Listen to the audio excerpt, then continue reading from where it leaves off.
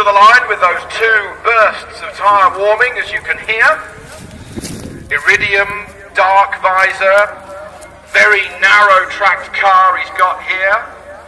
Sparkling in the sunshine. The black paintwork, the red overalls, the white helmet. He sat on the line right over to the right-hand side. Raises the revs, lets the clutch in, already into second gear, up towards Kennels, the first of our top 12 runners. Yeah, wide as he comes into Kennel there. And the kink and into bottom S, late brakes. Very late brakes from Jim Spencer. Sliding it almost in between the S's. Beautiful, beautiful car control on the entrance to bottom S.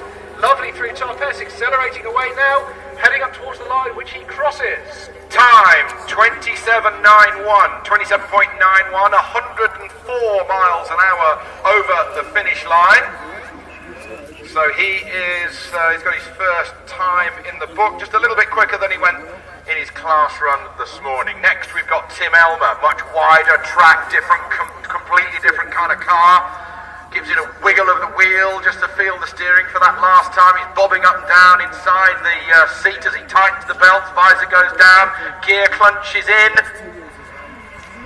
And he does the first 64 feet in 2.3 seconds. Yeah, Dallara turns into Kennel. Not quite such a wide line, hangs on to it nicely. And crossing into bottom S now. He was trailing Jim by 4/10 earlier in the run. He just doesn't quite as elegant in between the S's. The wider car staying in the middle of the track, accelerating now up towards the line and over. Okay, he is quickest of two, 27.85. Made the time in the top half of the run because he was 18 miles an hour faster as he crossed the finish line than Jim Spencer. But as I said, a different car, not really comparing apples with the bigger engine that Elmer's got. Now then, here is one of the beautiful little Gould GR59s. On the line, it's Simon Moyes. Had a couple of problems yesterday, but he knows how to be quick here at Shelsley. Won this meeting a couple of years ago. Red car with the blue stripe down off the nose. Leaves the line in 2.29 seconds. Not as quick as Spencer, but now he gets into its stride. Yes, nice line through Kennel. Tight. At the kink, just misses the concrete rumble strip. Late braking. Nice and smooth from into bottom S. Nice and smooth through top S as well goes Simon Moyes. Gets his foot down, turbocharger screaming away over the line. Over the line, 27.25, quickest in this runoff out of three. 118 miles an hour as he crossed the finish line. Repeat, 27.25. That is the target time to beat. We've had 3 of our 12. Fourth car now on the line. It's Kelvin Broad in the pill beam. Again, narrow track. Just see the tops of his shoulders peeking out over the side of the cockpit, but all the drivers now, after the last couple of years, mandatory to use the HAMS device underneath the belts, on the top of their shoulders. Gives it a couple of revs. Revs rise, and he's away. Little bit of opposite lock. 2.19 seconds for the first 64 feet. Yes, Kelvin turns it nicely through Kennel into again, perfect line, I've said, into bottom S now. Enters bottom S quite tight, runs out to the middle of the track. All takes 2 turn-ins, unfortunately, at top S, so he doesn't go anywhere near the apex. Accelerating away now, then, and over the line. It's a 27 again, it's a 27.14, so he goes quickest out of the 4 that we have had so far. Next car is already coming to the line. This is Martin Jones, did a 27.4 earlier, 1100 in this car. For Jones, it is a Force, similar to the one that I shared with Bill Chaplin. Clunks it into gear, and he's quickly away. It's as quick as that. Bit of opposite lock, to say the least. Already into second, to third, to fourth. Into Kennel, lets it wash out slightly. Just as well into the kink. Again, wide of the kink there. Into bottom S now. He was the swiftest to crossing. He was very quick through the trap as well. Wrestling the car away through the S's. He gets a little bit out of shape, but sorts it all out coming out of top S. Accelerating away and over the line. No, 27.08, quicker again, 27.08 seconds. He goes quickest. That was as good as flat into Kennel. He grabbed fourth just as he was on the way into Kennel Bend, and he reaped the rewards. Next, we've already had a bit of a fluff start from Tim Davies. Next car up with you, but now he's got it motoring. Yes, Tim again nicely through Kennel. Crossing slightly wide of the kink and breaks into bottom S. Tim was lagging slightly in crossing, but he's caught a little slide on his way through bottom S. A little late on the power as he comes around top S because he had to make a small correction. He's accelerating and over the line. Oh, 27.79, 113 miles an hour over the line. He'll be disappointed with a 2.4 second start for the first 64 feet. Next up, it's Christopher Aspinall, another 1100 class runner with the Empire Wraith, the all-black car. He needs to go flat from the start all the way to bottom S. He's done it before, and he'll be having a good go at doing it again. Chris Aspinall, 26.79. He's done a mid-26 in the past. Second, third, fourth. Yes, and he's flat. Oh, he's very, very close. Very close indeed.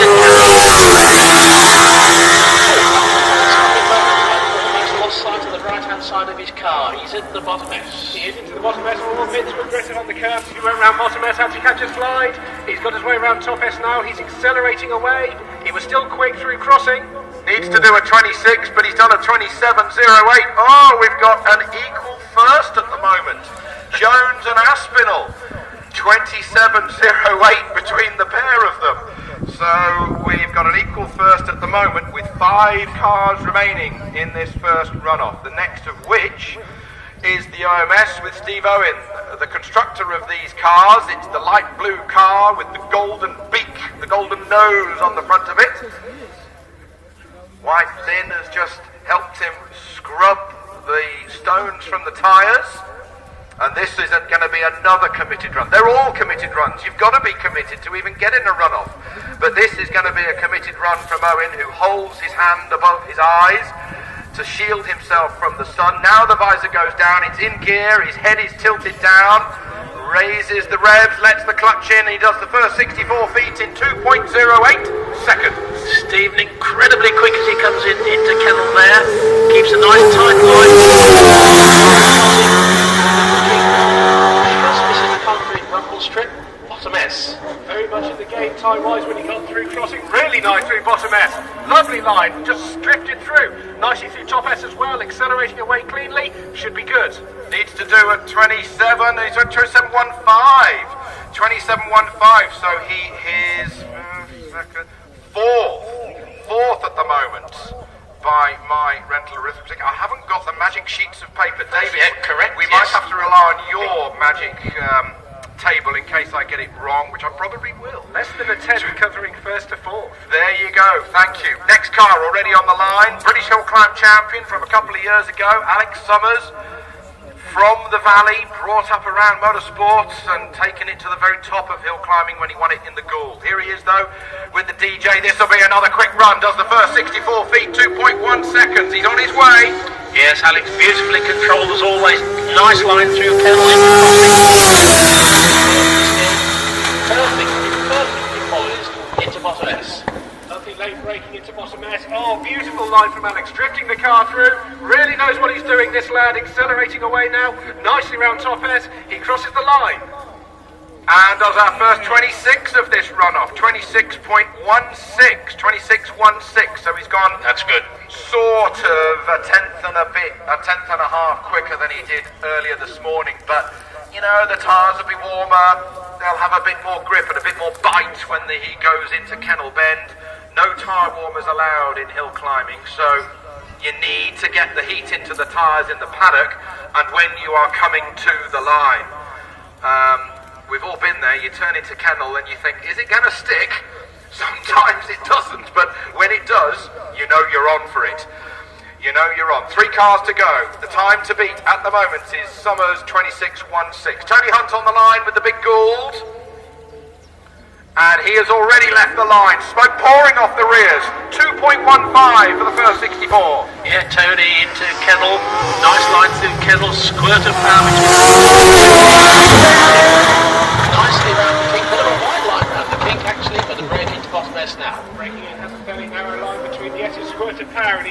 top, rattles over the drain cover, turns in slightly early. He's on the power now though and accelerating away. Cosworth HB singing.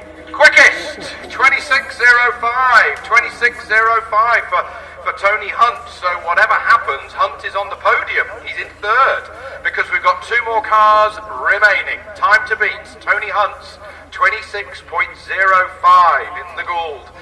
As we have John Chalmers coming to the line. Chalmers with this supercharged engine behind him in the Rult. And this is going to be another quick run because Chalmers knows nothing else but quick up Shelsley.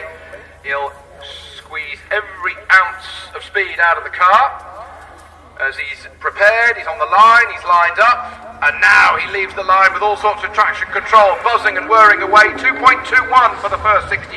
Yeah, Chalmers sort of flicks it into Kendall there. Very nicely done through the King count into bottom S. Very quick time, he was up there with Alex Summers as he came through crossing. Hopping and banging away, nice and smooth through the S's as well. Preserving his momentum, accelerating towards the line. Quickest, 25.97. 25.97. So Chalmers is leading at the moment. Chalmers from Hunt it is at the moment. That's U1-2 as we've now got Robert Kenrick on the line, former British Midland Hill Climb champion. And this car totally epitomises hill climbing, doesn't it? You know, it's small, it's lightweight, it's narrow, it's engineered so well, and it's got an ultimately hugely committed driver behind the wheel.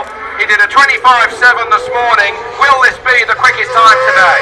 That was very good with a little up into bottom S now. Only time to go sub 10 into crossing. He's very smooth round bottom S, very smooth round top S as well, preserving that momentum. Foot's down already. This is an incredibly fast run. 25.17, best time of day for Robert Kenrick. 25.17 with a 1000cc engine. That's outrageous That for the is car. nuts. I was here the day the outright record was taken in 25.34, and he needed a Pilbeam MP58 with 3.5 litres of Formula One power behind him.